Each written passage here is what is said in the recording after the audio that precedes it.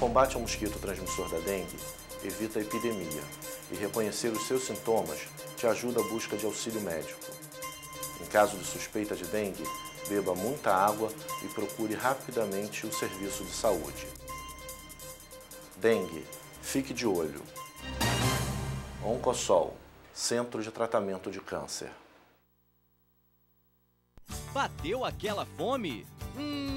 Aline Lanches. São 17 tipos de sanduíches com ou sem catupiry, sucos e vitaminas diversas, além de açaí e aquela batata frita especial. Trabalhamos com Disque Entrega. Rua Carlos Mendes, número 48, Jardim Caiçara. Telefone 2646-5386. Aline Lanches. Aqui seu lanche é muito mais gostoso.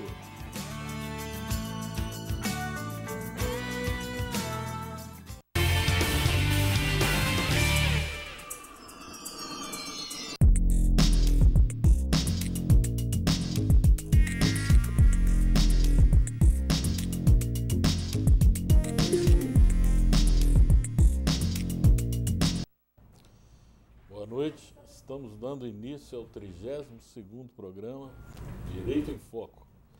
Hoje tivemos alguns contratempos, né? E não vamos poder contar com a presença do Dr. Eisenhower. Nosso convidado hoje é o Dr. Renato Gonçalves, delegado da 20ª Subseção em Arraial do Cabo. Boa noite, doutor Renato. Boa Tudo noite. bem? Tudo ótimo. Tudo bom. Essa semana foi uma semana quente, né? Com resultado de eleições, impugnações, muito lixo na rua, né? Muito papel aí, muita gente descumpriu, né, o que determinava a legislação e fez a famosa boca de urna, né? E com isso deixou aí a cidade numa sujeira tremenda, né? Bom, e complementando a semana, né, o STF também, o julgamento do mensalão, condenação do núcleo político, né, do governo, né? Lá em Arraial do Cabo, como foram as eleições lá, doutor Renato? Boa noite primeiro. Boa Noite noite a todos os ouvintes. Arraial do Cabo, essa eleição foi bem tranquila, né? Foi um momento de paz lá. Arraial do Cabo tem aquele histórico daquela briga política, né? De bandeiras, colorir a cidade, é bloco de um lado, é bloco de outro. Mas esse ano a forma da condução foi bem tranquila, pelo menos eu rodando pela cidade eu pude observar um clima de paz em todos os locais, em todas as sessões onde estavam ocorrendo as votações. Mas o problema maior, acho que de maneira geral, continua sendo esses santinhos, né? A sujeira que a cidade fica. Nós temos esse tempo aí de fortes ventos, então é muita sujeira, a cidade fica um caos. Não só Arraial do Cabo, como Cabo Frio, Araruama. Eu estou com uma notícia aqui fresquinha. Acabei de tirar isso aqui do portal Globo.com, cujo título está assim: idosa que escorregou em Santinhos morre por complicações da queda. Morreu na manhã desta quarta-feira uma mulher de 64 anos que escorregou em santinhos espalhados em frente à escola Francisco Alves Brizola, no núcleo Geisel, um dos 87 de votações nas eleições do último domingo, dia 7, em Bauru. Ela caiu e fraturou a bacia na queda. Então, uma senhora de idade, ela tinha problemas já, porque vinha passando por um processo de hemodiálise, né? Então já com a saúde muito frágil, ela pisou naquele monte de santinhos, levou um baita de um escorregão, quebrou a bacia e veio a falecer. E quem vai ser responsabilizado por isso, né? Então realmente é um problema que ainda perdura aí nessas eleições. A gente tem aqui no Brasil aquelas famosas leis que não pegaram, né? A boca de urna agora está havendo uma fiscalização maior, mas até pouco tempo o pessoal convocava, né? O pessoal para trabalhar em boca de urna, eram remunerados e aquilo era uma compra de votos indireta, né?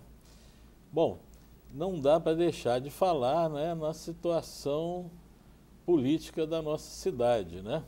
Nós tivemos um prefeito aí com 57% dos votos, né? E, na verdade, com uma restrição ainda, com recurso ao Tribunal Superior Eleitoral, né? Que, se for julgado procedente, né, esse recurso, assume o candidato que venceu, né? Vai haver a decisão das urnas, né, aqui na nossa cidade.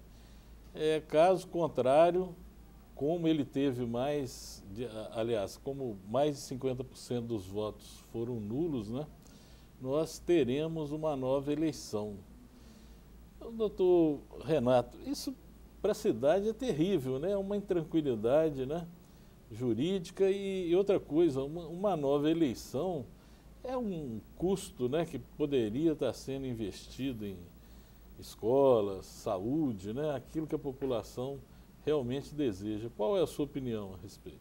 Eu concordo contigo, eu acho que todos esses recursos, todos esses processos deveriam ser julgados antes do pleito eleitoral, para que não houvesse um desgaste tamanho, porque numa parte, a população, a maioria elegeu um candidato que hoje está em recurso. Aí você vai lá, abre na página do Tribunal Superior Eleitoral, está indeferido com recurso, como acontece em muitos outros locais. Gera essa expectativa de eleger o candidato pelo pleito democrático, foi o que aconteceu em Cabo Frio, né, com um candidato que saiu vencedor, mas você vê lá, os votos estão zerados. Por quê? Porque ainda está em fase de recurso. Isso gera um desgaste, porque o povo votou, o povo foi às urnas, o povo mostrou qual seria o melhor candidato para a cidade. Isso aí na visão do povo, né? Aí gera-se aquela expectativa do recurso após as eleições ser julgado.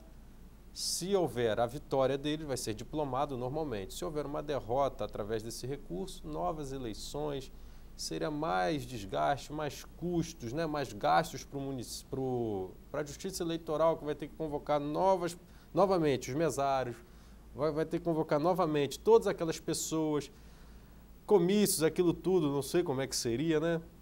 Mas em pleno verão aí já chegando, então eu particularmente, infelizmente, a gente volta aqui a falar, a morosidade da nossa justiça, o número de processos que aguardam julgamentos, e isso faz com que só um seja prejudicado, que é o povo. Doutor Renato, outro assunto, né, que não dá para deixar de falar é o julgamento do Supremo Tribunal Federal. Eu até uma meia hora antes eu estava dando uma olhada lá no julgamento no voto do presidente, né? E ele falando, né, condenando o núcleo político. Ele condenou o José Dirceu, inclusive, condenou, agora, né? O José Dirceu, o Genuíno, né? O núcleo político, né, de um modo geral, né? E o que o senhor acha? Isso aí é um exemplo, é um marco histórico para que as pessoas tenham mais cuidado com relação às alianças políticas, à forma de se fazer política no Brasil? Certamente vejo que é um marco, né? Essas condenações de grupos políticos, pessoas fortes, né? Pessoas poderosas, assim, entre aspas, eu posso falar. Mas também eu quero deixar aqui uma opinião minha. Nada disso teria acontecido se não houvesse a influência do quarto poder, que é a televisão. Hoje nós temos um quarto poder, nós temos o legislativo, né, o executivo, o judiciário, e isso é uma opinião minha, digo que nós temos um quarto poder, que é a imprensa.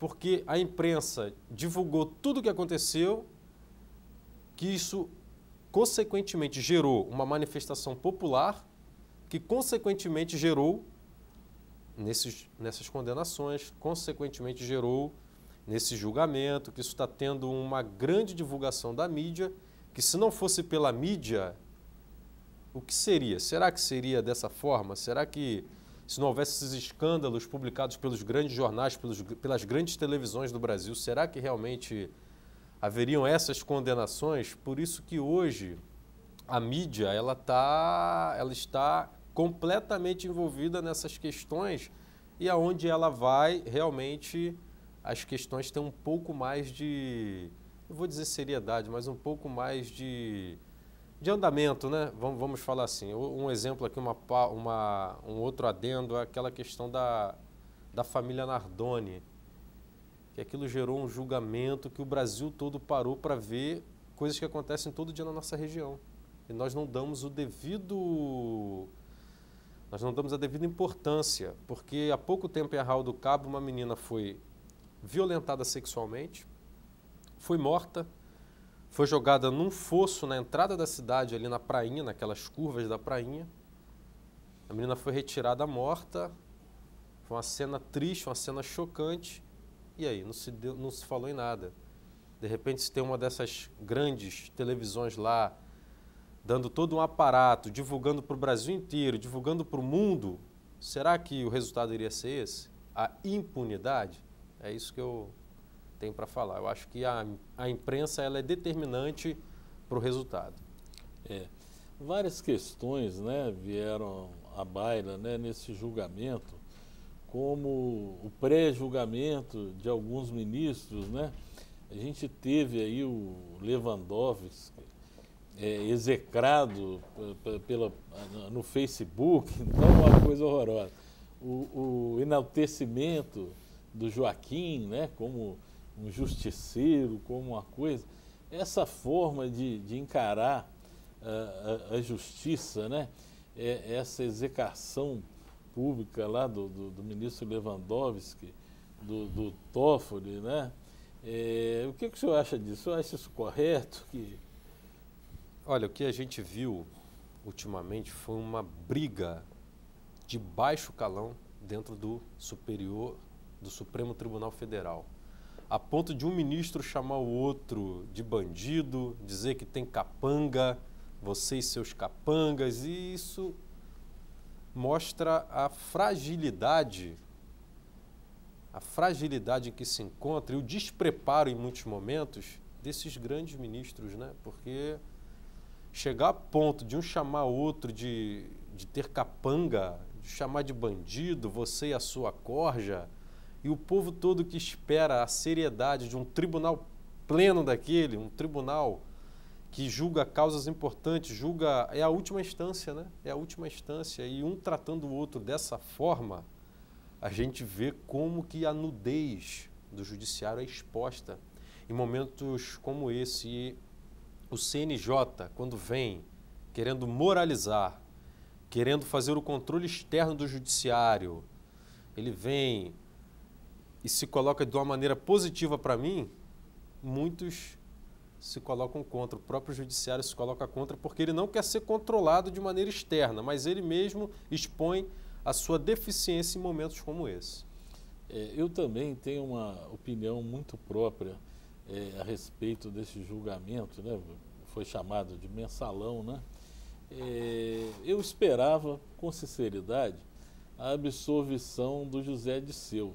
Não que eu defenda o José Disseu, eu acho ele, inclusive, uma pessoa odiosa, detestável. Mas o próprio ministro Aires Brito, né, quando estava fazendo o pronunciamento do voto dele, ele disse que a gente não deve julgar as pessoas pelo que elas são, né, mas pelo que elas cometeram e das provas que foram feitas contra elas dentro daquele processo, né? E eu esperava realmente uma fundamentação mais aprofundada e que viesse a mostrar alguma coisa diferente daquilo que até então foi mostrado, porque até então só o Roberto Jefferson, né? O testemunho do Roberto Jefferson. Olha, o Roberto Jefferson é um declarado inimigo do José Disseu. Isso aí falou em todo o tempo, inclusive naquela forma eloquente dele, né, como criminalista, né, que fazia júri, tem toda aquela empáfia para falar, e ele dizendo que Vossa Excelência provoca em mim uns sentimentos mais primitivos, mais coisas, né? E até então você só tinha o testemunho do Roberto Jefferson, e parece que ficou nisso mesmo. E que ele foi condenado pelo conjunto da obra, né? Pelos elementos de convicção que levaram o juiz até aquilo. Aí eu estava vendo o Aires Brito pensando alguns trechos do depoimento do José Dirceu, no qual ele se declarava: não, eu era o articulador político do governo, eu que fazia interlocução entre os partidos da base aliada, eu que dizia o que tinha que ser aprovado e o que não tinha. Ora, se você vai fazer parte de um governo, você vai ficar votando, a base, né, do seu partido vai ficar votando o tempo inteiro contra aquele partido? Você tem que votar a favor mesmo, faz parte do jogo político, né? Mas aí que tal que ele não poderia deixar de saber. O ministro Aires Brito estava indo numa linha muito interessante, que ele falava assim: você só pode condenar o réu se ele tiver certeza. Mesmo que se você tiver certeza, mesmo que você tenha quase certeza, você não pode condenar. E no final, pro réu, né? faz do indúbio pro réu. Princípio né? indúbio pro réu. E a gente, quando vai, nós participamos disso, né, doutor Renato, no nosso dia a dia. Quando você vai, você está presente ali, vai ser tomado o depoimento de uma testemunha, a primeira coisa que o juiz pergunta é se você é inimigo ou amigo do réu, né? E no caso ali, aquela testemunha, ela vai servir ou não vai servir, né? Como testemunha, vai ser... Dependendo da resposta dela, né? Se tem interesse na causa, justamente, não tem. Dependendo da resposta dela. Então, eu achei que houve um julgamento político pelo tribunal, né? E eu acho que houve um desgaste muito grande entre o executivo e o judiciário, fosse por aquela questão do Lula ter encontrado com o Gilmar Mendes, e eu acho que houve muito prejulgamento, porque o Marco Aurélio já havia dito que acontecesse o que acontecesse, o voto dele já estava pronto. Então eu acho assim que muita gente falou que o Toffoli deveria ter se dado por impedido, né? E o que a gente viu foi um julgamento eminentemente político. Mas aí a gente observa justamente o que eu falei, é a influência do quarto poder, a imprensa. A opinião popular já está tão o pré-julgamento, na verdade o pré-julgamento, né? É o pré-julgamento, como aconteceu com o casal Nardoni. Antes de uma sentença transitada em julgado, eles já estavam condenados pelo povo. E a opinião popular falou muito nesse caso, porque você imagina se eles saem absolvidos dali. Era capaz deles serem linchados e mortos ali na própria saída do fórum. Nesse caso do José Dirceu, a opinião popular já queria ver a condenação. E às vezes não há os fundamentos jurídicos para que ele saia condenado, mas a imprensa, incansavelmente, incessantemente falando, mensalão, e juridicamente não havendo provas, mas a opinião popular pressionando, isso faz com que, às vezes, pessoas serem condenadas, mesmo não havendo provas suficientes para que ele saia dali com uma sentença condenatória. E deixando de observar o princípio indúbio pro réu, que é um brocardo jurídico, né, no latim, que diz, na dúvida, favorece o réu. E é o que tem acontecido. Eu acredito que se o Supremo tivesse adotado uma postura legalista, né, como vinha adotando em outros casos, né, eu acho que o núcleo político ali teria sido absolvido.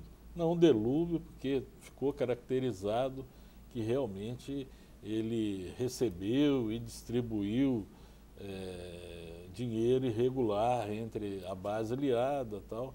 Agora, até aquela coisa de que foi comprado o voto, eu acho um pouco capenga, né? Porque se você faz parte da base aliada, você faz parte da base aliada para tudo. Todos esses partidos que se coligaram aí, o dinheiro que foi para para eleger o executivo ali, que foi para eleger o prefeito, serviu também como subsidiou a eleição de vereadores que tinham menos poder aquisitivo, né? Então isso aí faz parte do jogo político. Bom, mas essa semana nós temos, semana que vem, né? Nós temos o Baile do Rubi. Vamos comemorar o 32º ano da subseção, da 20ª subseção. Dia 25/10, né? A partir das 21 horas, no Tamoio Esporte Clube. Vai ser um baile de máscaras, né? E alertamos, né? Muitos advogados deixaram para a última hora e não conseguiram o convite. E, inclusive, eu, que fiz a propaganda dos bailes anteriores, deixei de comprar o meu convite e não fui porque não tinha convite. Então, lembramos os advogados que procurem a secretaria lá com antecedência para comprar. Lembramos que é para os advogados, as suas esposas, né, uma acompanhante, uma namorada, coisa, não é para levar 200 convidados não, porque senão prejudica os demais colegas, né, que vão deixar de comparecer. Bom, vamos agora para o nosso intervalo comercial e no retorno vamos falar mais sobre as eleições e sobre o julgamento lá no Supremo Tribunal Federal.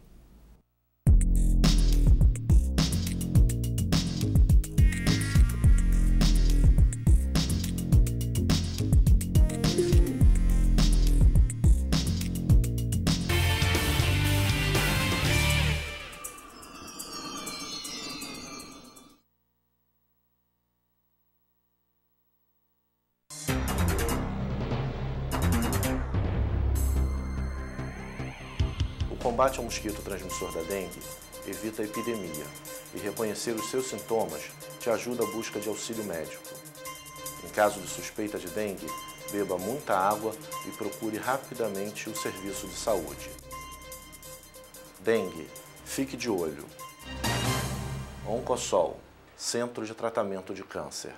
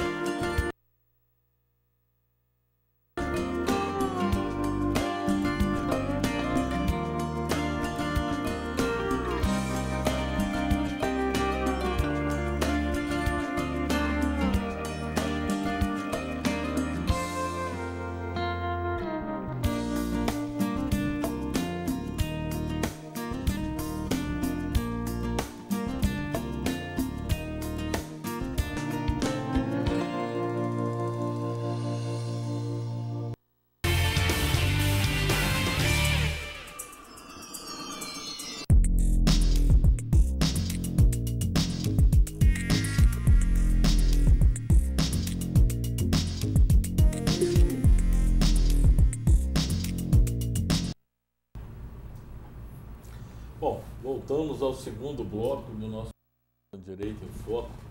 A gente gostaria de prestar uma informação que a 20ª subseção ela possui um escritório compartilhado. Esse escritório ele se destina aos advogados recém-formados ou mesmo aqueles que não tiveram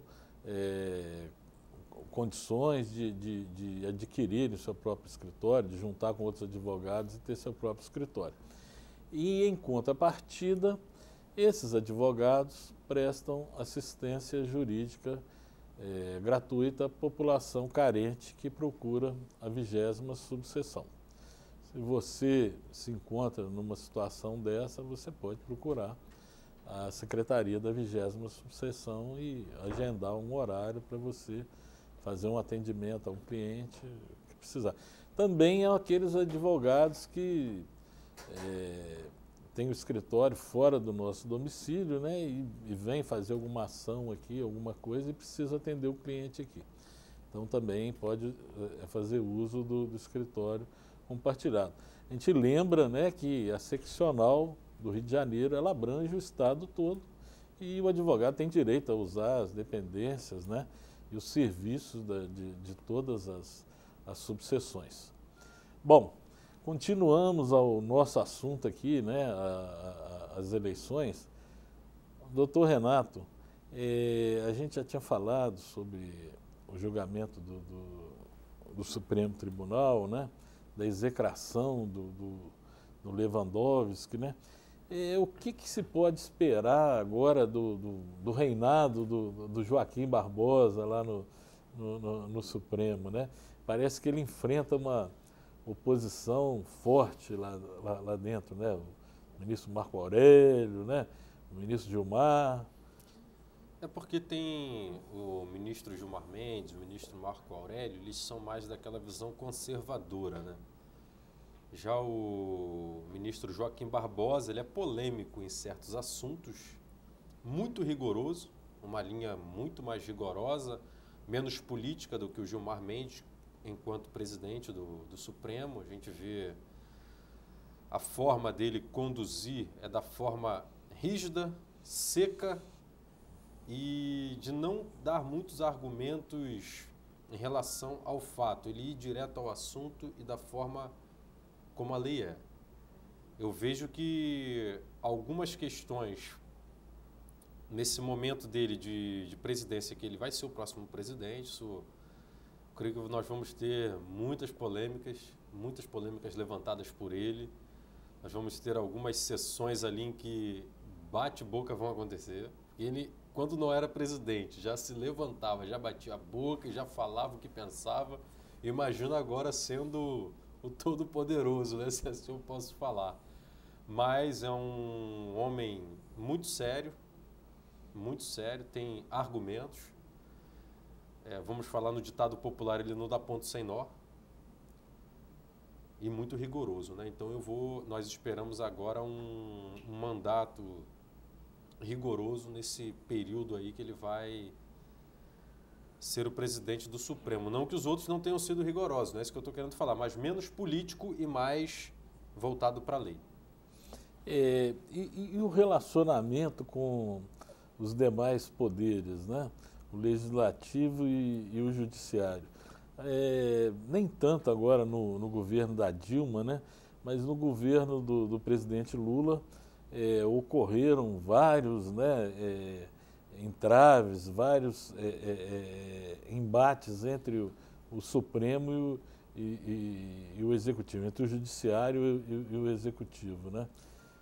Eu creio que se depender dele, esses embates vão continuar, não vão parar não, porque justamente por essa linha dura dele, essa linha pouco, não é democrática, mas assim, mais rígida, né? Pouco política, essa visão dele de menos política e mais técnica.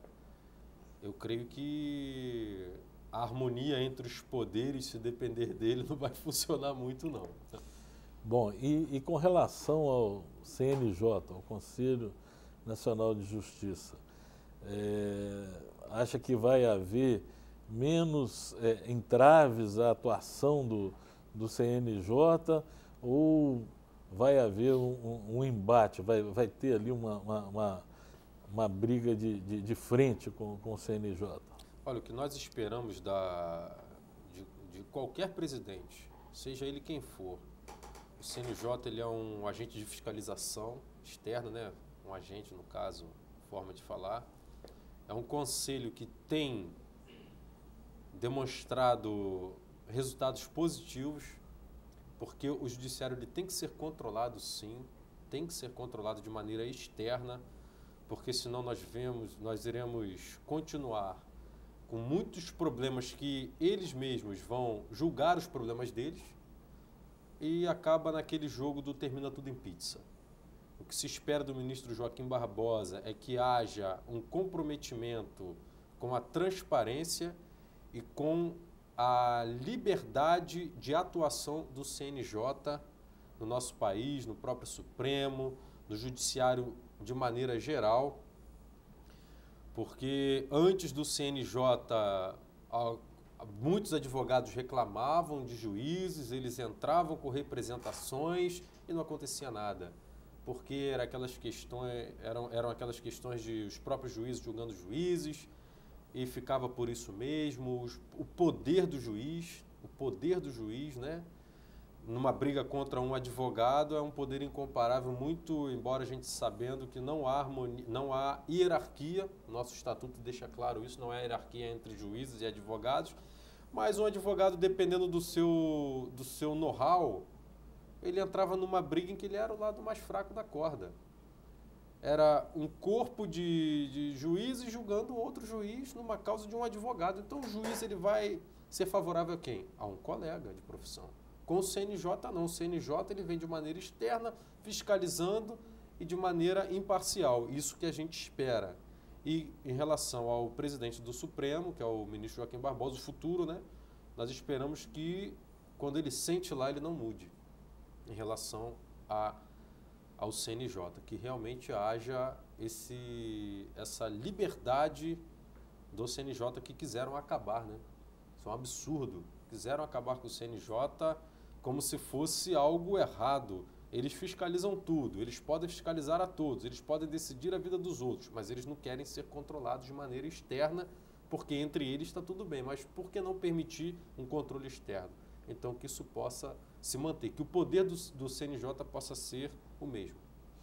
E com relação à ordem dos advogados, aos advogados de um modo geral, o que o senhor espera do ministro Joaquim? Vai uma harmonia, uma convivência mais harmônica, ou vamos ter muitos embates de frente aí com... Torno a dizer, né, pela maneira dele conduzir, eu acho que os embates vão haver. O que tem que se acontecer realmente, a harmonia tem que existir. O fato de eu ter uma harmonia não quer dizer que eu possa concordar muitas das vezes, mas a harmonia é quando duas partes tentam chegar a um consenso para melhor ter essa relação. Muitas das vezes você pode divergir, mas divergir visando convergir. Eu não posso divergir visando simplesmente aquela questão da briga, do litígio. Eu só vou divergir porque é outro órgão, eu quero divergir e acabou. Não, nós temos que divergir visando convergir para que haja uma melhora no nosso Estado democrático de direito. Nós temos que visar sempre o crescimento. A harmonia entre os poderes, a harmonia entre as instituições é para que nós vivamos num país melhor. Não é para dizer que nós temos acordos, não é para dizer que um se sujeitou à vontade do outro, não. A OAB, há 2 anos atrás, foi feita uma pesquisa em São Paulo. A instituição com maior credibilidade no estado de São Paulo foi a OAB, a Ordem dos Advogados do Brasil, com 97,3% de aprovação. Isso saiu há 2 anos, se eu não me engano, 2010, 2009, 2010. Então, a Ordem, ela é um órgão, ela é uma entidade em que ela é muito respeitada. E é o que nós esperamos, porque a Ordem não se cala, a Ordem não se submete ao judiciário, a Ordem não se submete a executivo, a Ordem não se submete ao legislativo. A Ordem ela é independente e aonde há qualquer indício de irregularidade, ela vai lá fiscalizar e não vai permitir que isso se continue. Bom, a gente espera, né, que dias melhores virão, né? Nós vamos ver aí o reinado aí do Joaquim Barbosa, né? Ele realmente, o pessoal tem depositado muita fé nele, ele tem um passado, né? Uma pessoa de origem humilde, que venceu pelo próprio esforço, né? E passando, né? Fez uma carreira brilhante por onde ele passou, e a gente espera realmente que seja um bom presidente do Supremo Tribunal Federal. Mas a gente sabe que vai haver a briga lá dentro, né? A briga interna do Supremo vai ser complicada. A gente vai ter dias de tempestades, né, lá dentro da casa, mas isso é bom para aflorar as divergências, mostrar, né, que não existe, né, o direito tem uma coisa, não existe assim uma unanimidade, né? Tem as correntes, né? As correntes. Você vê que o Joaquim Barbosa fez o voto dele baseado, né, no que ele entendeu que seria devido. O Lewandowski também fez o voto dele, né, com uma fundamentação jurídica que eu achei até melhor do que a do Joaquim. Estou indo aí na contramão da opinião pública, né? Mas nós temos que ir pelo bom senso e pelas provas constantes no processo. Justamente. Eu bato no princípio da legalidade, né? Eu acho que se você não tem provas contundentes mesmo para poder condenar o réu, você pegar um depoimento de um inimigo, confesso, do José Dirceu, como era o Roberto Jefferson, e isso ser a única prova realmente existente ali nos autos, o pessoal fala do conjunto probatório. Mas, poxa, o conjunto probatório, uma pessoa que é o articulador político do partido, ele não vai deixar de se relacionar com os presidentes dos demais partidos da base aliada, né? E com os parlamentares, a sociedade, né? De um modo geral. E isso não pode ser prova, né? O conjunto probatório para condenar. Eu acho que ali realmente aconteceu um julgamento político. Eu acho que o que tem que se ter cuidado é a questão do limite. Não estou falando aqui sobre uma questão do controle da imprensa, não é isso, mas nós temos que ter um limite sobre aquilo que é veiculado na mídia. Algumas questões que podem matar uma pessoa ou salvá-la. Muitas pessoas às vezes não têm culpa no cartório, vamos falar na linguagem popular. A pessoa não tem culpa no cartório, mas a imprensa veicula uma matéria dizendo que a pessoa foi pega fazendo alguma coisa de errada. A pessoa pode ser absolvida, mas o estrago que trouxe para a imagem dela, ela nunca mais vai recuperar. Então, eu penso dessa forma. A imprensa ela tem que medir muito as suas atitudes. A liberdade de imprensa ela é importantíssima. A liberdade de imprensa ela vai provar da democracia, vai provar que nós vivemos num país livre. Porém, a imprensa muitas das vezes extrapola com certas matérias, com certas páginas de jornal, porque às vezes as pessoas estão muito mais preocupadas em vender o seu jornal, em ter a audiência, do que realmente se preocupar com a consequência que uma matéria dessa pode vir a trazer contra uma vida, contra uma pessoa. Uma matéria errada, você pode acabar destruir a vida de uma pessoa. Você tirar fotos, a questão dos paparazzis, né, que a gente vê aí, eles entram na privacidade das pessoas, eles expõem a vida das pessoas sem medir consequências, mais preocupados com vender a matéria, mais preocupados com fazer dinheiro através da mídia. Bom, nós estamos recebendo aqui no nosso programa o doutor... vamos deixar que ele mesmo se presente, por gentileza, doutor.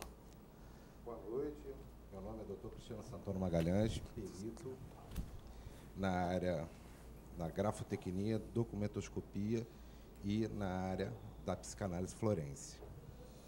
Tá certo. Doutor, existe uma curiosidade muito grande, né? Eu durante algum tempo, eu fui bancário, né? Cheguei a ser gerente de banco, e a gente tinha lá, né? Os caixas eram treinados, né? Na datiloscopia, né? E era uma das formas de identificação da pessoa, né? Essa perícia ainda é hoje muito utilizada para o esclarecimento de alguns crimes e de algumas questões forenses, e até brigas mesmo cíveis entre pessoas? Sim, ainda é usada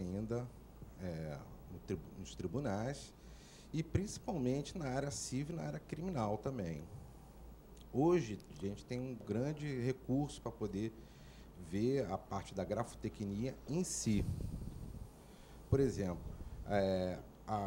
o Conselho Nacional dos Peritos Judiciais tem hoje uma representatividade nessa área justamente do quê? De treinar profissionais para essa demanda que existe hoje em dia. Hoje, um fórum está completamente, está necessitado de peritos. Tem muito processo em cima e tem muito pouco profissionais qualificados, com mão de obra qualificada. Correto. Bom, doutor Cristiano, no caso, quais são existe um treinamento, né, para ser dado para essas pessoas? Existe um pré-requisito para elas se candidatar para ser perito? Isso, existe sim, tá? Ao longo do tempo, a perícia foi se aprimorando. Hoje, a pessoa que quer se candidatar tem que ter, pelo menos, no mínimo, o 2º grau completo e aqueles que têm o nível superior, que já tem o seu conselho regional. Aqueles que não têm o nível superior, ele tem que fazer uma bateria de cursos, tá, a nível técnico, para formar aquele profissional na área tecnológica, técnico. E aqueles profissionais que têm o conhecimento já acima, como os profissionais acadêmicos, só faz um curso de aperfeiçoamento, principalmente na área da perícia mais focado. Agora, aquele perito que quer fazer o curso de aprender como ele ser perito, ele tem que conhecer Constituição, ele tem que conhecer processual penal, processual civil. Para quê? Para ele não ficar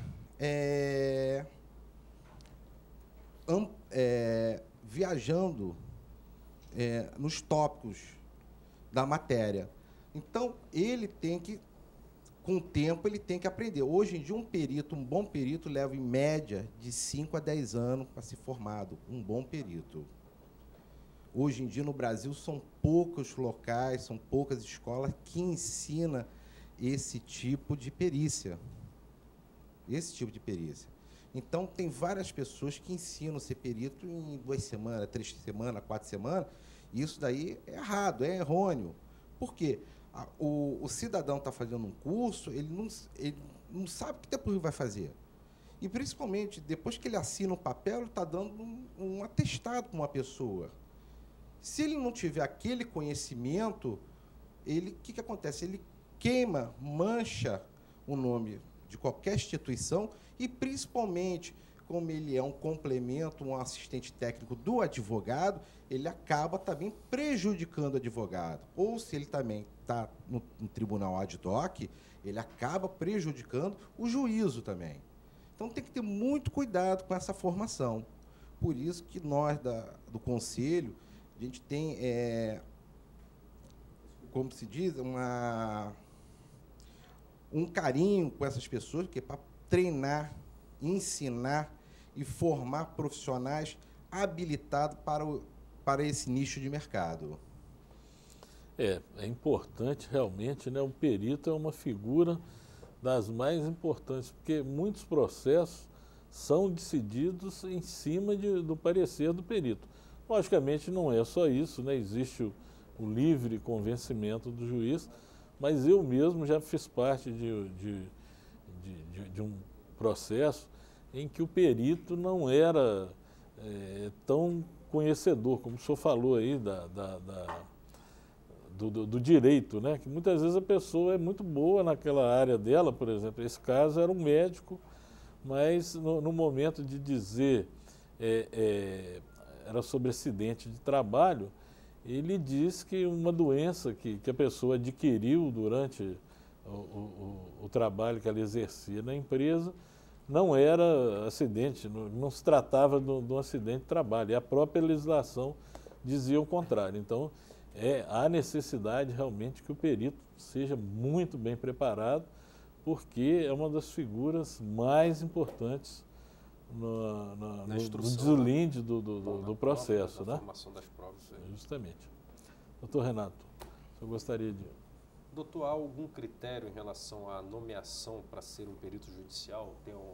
Quais são os requisitos para... O critério em si, tá, é pelo juiz, tá? Como perito é nomeado? Ele primeiro, depois dessa formação, ele tem que fazer uma carta de apresentação, fazer um currículo da sua especialidade, tá? E apresentar para o juiz. Mas ele pode ir livremente ao juiz? Livremente. Ele tem todo o acesso livre ao juiz, até para conversar. Principalmente até na área da justiça gratuita também, que é uma parte muito carente, tá? Tem peritos hoje em dia que não aceitam justiça gratuita.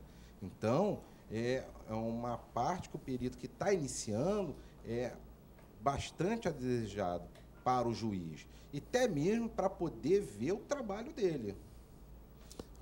Gente, ó, muito interessante, né, a exposição do nosso colega, né? E, infelizmente, já estamos chegando no nosso momento, nos momentos finais do nosso programa. A gente gostaria de parabenizar aos mestres, né, aos professores, que no dia 15/10, na segunda-feira, né, é o dia do professor. Então, de coração, os parabéns aí da 20ª subseção. Vamos às nossas considerações finais, né? Começando pelo nosso convidado. Agradeço muito pela sua oportunidade, e se a pessoa estiver muito interessada em fazer o nosso curso, entrar no nosso site pelo Conselho, que é o Conselho Nacional dos Peritos Federais, e principalmente ver o trabalho que está sendo feito perante a justiça, perante as pessoas, e principalmente para os advogados também poder entrar para escolher algum perito daquela área que ele necessita. Muito obrigado. Doutor Renato, suas considerações finais. Agradecer mais uma vez a oportunidade de estar aqui, né? Agradecer ao nosso colega, doutor Cristiano. Agradecer aos nossos telespectadores. Agradecer também ao nosso presidente, doutor Eisenhower, que não pôde estar presente, mas sempre aí muito atuante nessa 20ª subseção. Muito obrigado, uma boa noite aos nossos telespectadores.